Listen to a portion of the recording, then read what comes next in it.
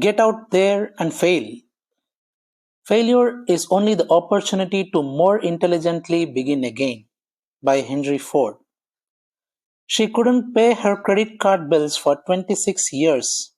She moved 25 times looking for work. She was fired 18 times. She worked for 26 years before she earned an annual salary of $22,000. She occasionally lived on food stamps and slept in her car. You are probably thinking, if this is a book about success, why are you droning on and on about a woman who had so many failures? I'll tell you why. The failure described above is well-known TV talk show host Sally Jessy Raphael. You see, despite all of her setbacks, she refused to give up her childhood dream of a career in broadcasting. She was willing to keep failing and keep failing until she succeeded. Sally Jessy Raphael has earned millions of dollars and enjoyed a long and successful TV career, all because she kept a great attitude despite years of failures. In the beginning, how is that someone like Sally Jessy Raphael can endure 26 years of failure and keep going? If you look back to your own childhood, I think you will see that you too demonstrated tremendous resilience in the face of repeated failures. Remember when you learned how to ride a bicycle? You probably began with training wheels. Eventually, when these crutches were removed, keeping your balance became more difficult. You struggled to stay upright, maybe even falling a few times and scraping yourself. You are learning an important early lesson about failure. As you practiced, it's likely that one of your parents walked beside you shouting instructions, encouraging you, and catching you as you lost balance. You were scared but excited. You looked forward to the time when you would succeed, when you would at last ride free on your own. So you kept at it every day and eventually mastered the skill of riding a bike. What contributed to your ultimate success in learning how to ride your bike? Well, persistence and sheer repetition, certainly. You were going to stick with it no matter how long it took. It also helped that you were enthusiastic about what you set out to achieve, that you could hardly wait to reach your goal. And finally, let's not underestimate the impact of positive encouragement. You always knew your parents were in your corner, supporting you, rooting for your success. As a 6-year-old learning to ride your bike, you were optimistic, thrilled, and eager to meet the challenge. You couldn't wait to try again. You knew you would master it eventually, but that was a long time ago. Yesterday and today. Now let's examine how most adults approach the development of new skills. Would you say they are optimistic, thrilled, and eager to meet the challenge? We both know the answer to that question is no. Let's assume we asked a group of adults to learn a new software program or to switch to another position in the company. How would most respond? They would try to avoid it. They would complain. They would make excuses why they shouldn't have to do it. They would doubt their abilities. They would be afraid. What happened to that 6-year-old brimming with vitality and a sense of adventure? How did that child turn into an adult moaning and groaning about learning something new? As adults, most of us become a lot more concerned about the opinions of others, often hesitating because people may laugh at us or criticize us. At the age of 6, we knew we had to fall off the bike and get back on to learn a new skill. Falling off the bike wasn't a bad thing, but as we got older, we started to perceive falling off as a bad thing rather than as essential part of the process of achieving our goal. Success is going from failure to failure without loss of enthusiasm, said Winston Churchill. As I pointed out in lesson 10, it can be uncomfortable to try something new, perhaps even scary. But if you take your eyes off the goal and instead focus your attention on how others may be viewing you, you are doing yourself a grave disservice. To develop a new skill or reach a meaningful target, you must be committed to doing what it takes to get there, even if it means putting up with negative feedback or falling on your face now and then. Successful people have learned to fail their way to success. While they may not particularly enjoy their failures, they recognize them as a necessary part of the road to victory. After all, becoming proficient at any skill requires time, effort, and discipline, and the willingness to persevere through whatever difficulties may arise. These failures make millions of dollars. Take the example of a professional baseball player. As it is today, the player who gets just 3 hits in 10 attempts is at the top of his profession, making several $1 million a year. That's a 70% failure rate. And the fans will no doubt taunt him when he strikes out. And speaking of baseball, there's nothing more exciting than watching a player hit a home run. During his illustrious career, Hank Aaron hit 755 home runs. What you may not know is that he struck out 1,383 times in his career. That's right. Hank had almost twice as many strikeouts as home runs. Yet people remember Hank Aaron for the balls he hit over the wall and not for the pitches he missed. When I ask you to name the best basketball player of all time, who comes to your mind? I'm guessing that many of you immediately thought of Michael Jordan. He gets my vote. Let me share with you this statistic. Michael Jordan has a career shooting percentage of 50%. In other words, half of the shots he took in his career were failures. The greatest mistake a person can make is to be afraid of making one, said Albert Hubbard. Of course, this principle isn't limited to sports. We also know that show business stars and media personalities are no strangers to failures. Many actors invest 10 to 15 years enduring hundreds of rejections before landing a part that launches their career. And then, even after achieving some degree of success, they still experience occasional box of flops. On the night he graduated from college, Jerry Seinfeld did his first comedy gig. It was at a comedy club in New York City. He bombed. When asked to describe that evening, Seinfeld said, "It was pretty horrible. It was a terrible sinking feeling." But he didn't quit. He kept performing his stand-up routine at night. He had 5 very tough years.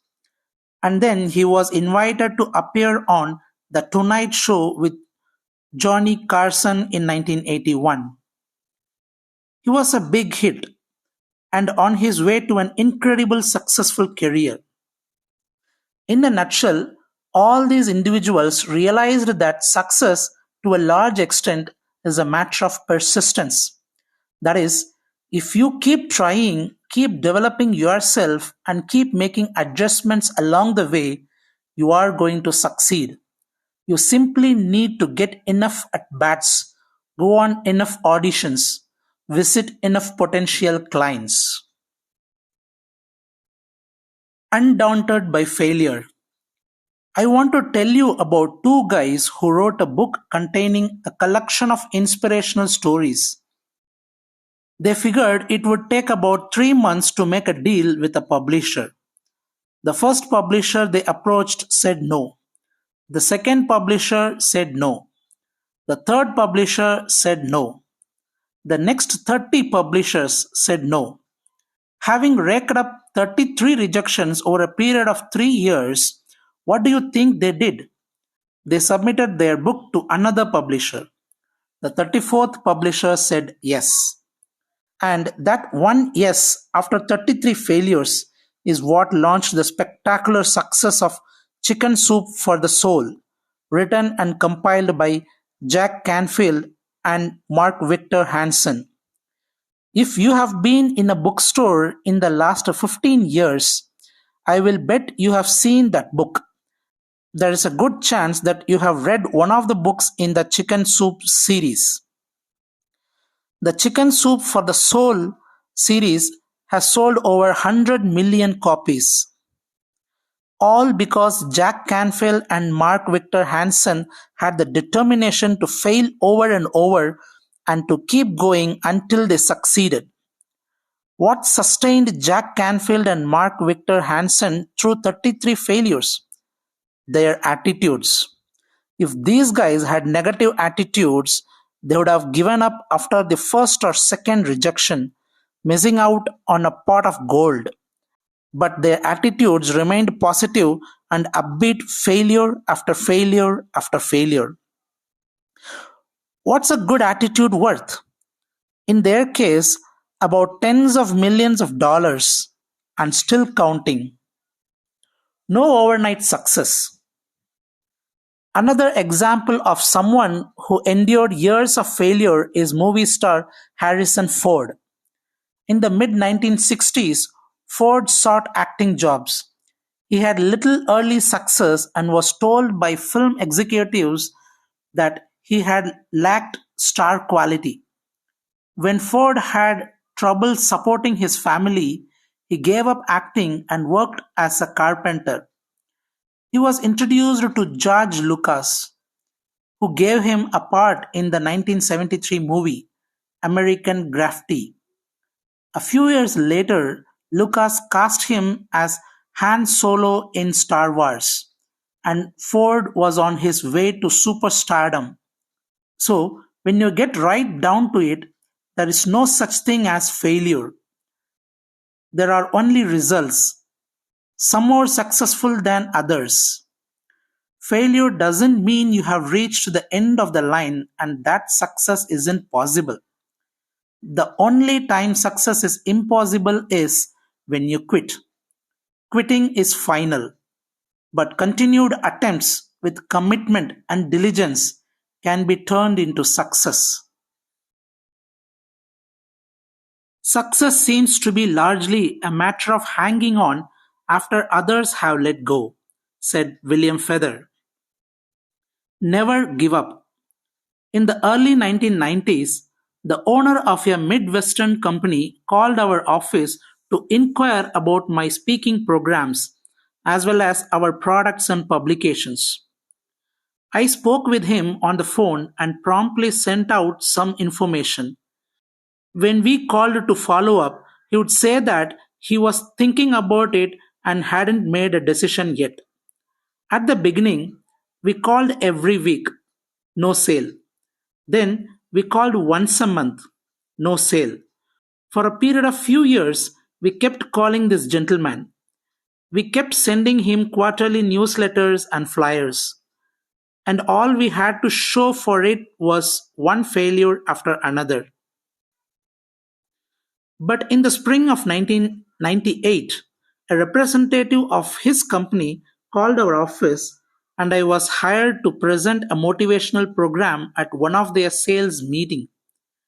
When I met the owner in person, he told me, I was impressed with your persistence. Someone from your office kept calling me for years and didn't give up.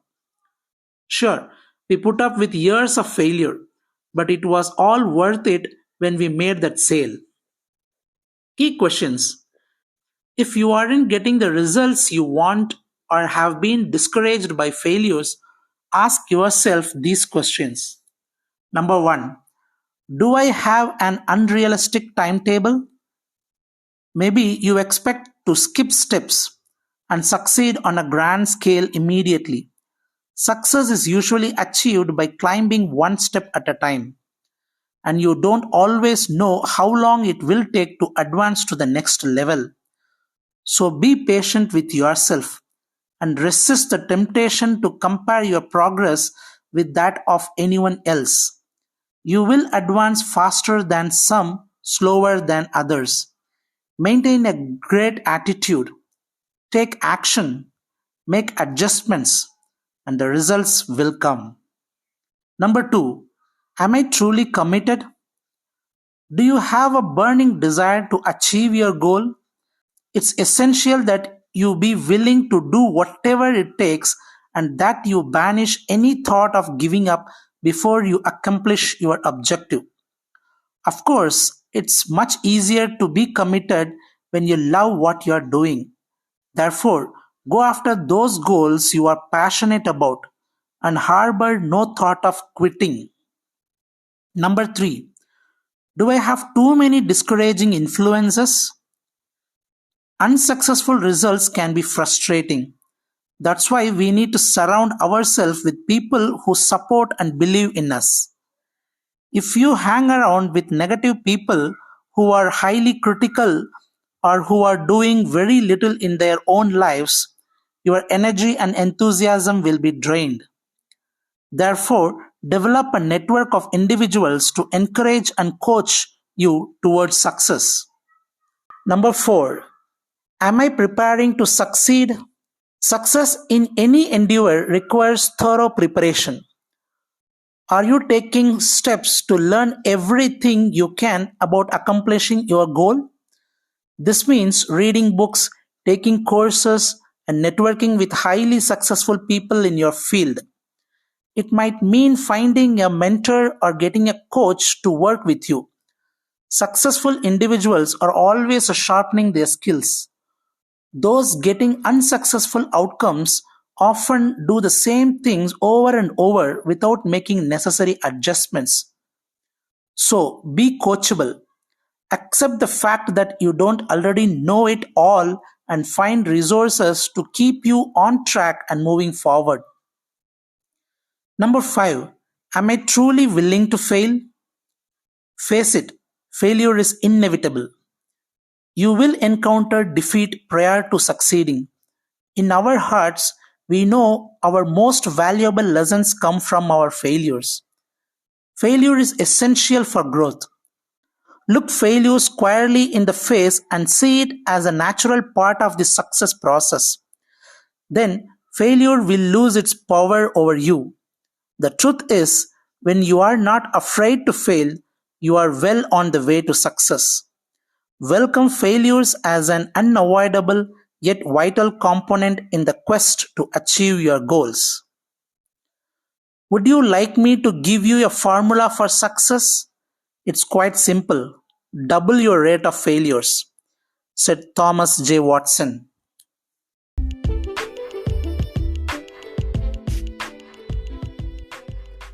Turning failure into success. Your failures are learning experiences that point out the adjustments you must make. Never try to hide from failure, for that approach guarantees that you will take virtually no risks and achieve very little. As Beverly Sills once remarked, you may be disappointed if you fail, but you are doomed if you don't try. No, you won't close every sale, and you won't make money on every investment. Life is a series of wins and losses, even for the most successful. The winners in life know that you crawl before you walk and you walk before you run. And with each new goal comes a new set of failures. It's up to you whether you treat these disappointments as temporary setbacks and challenges to overcome or as insurmountable obstacles. If you make it your business to learn from every defeat and stay focused on the end result you wish to attain, failure will eventually lead you to success.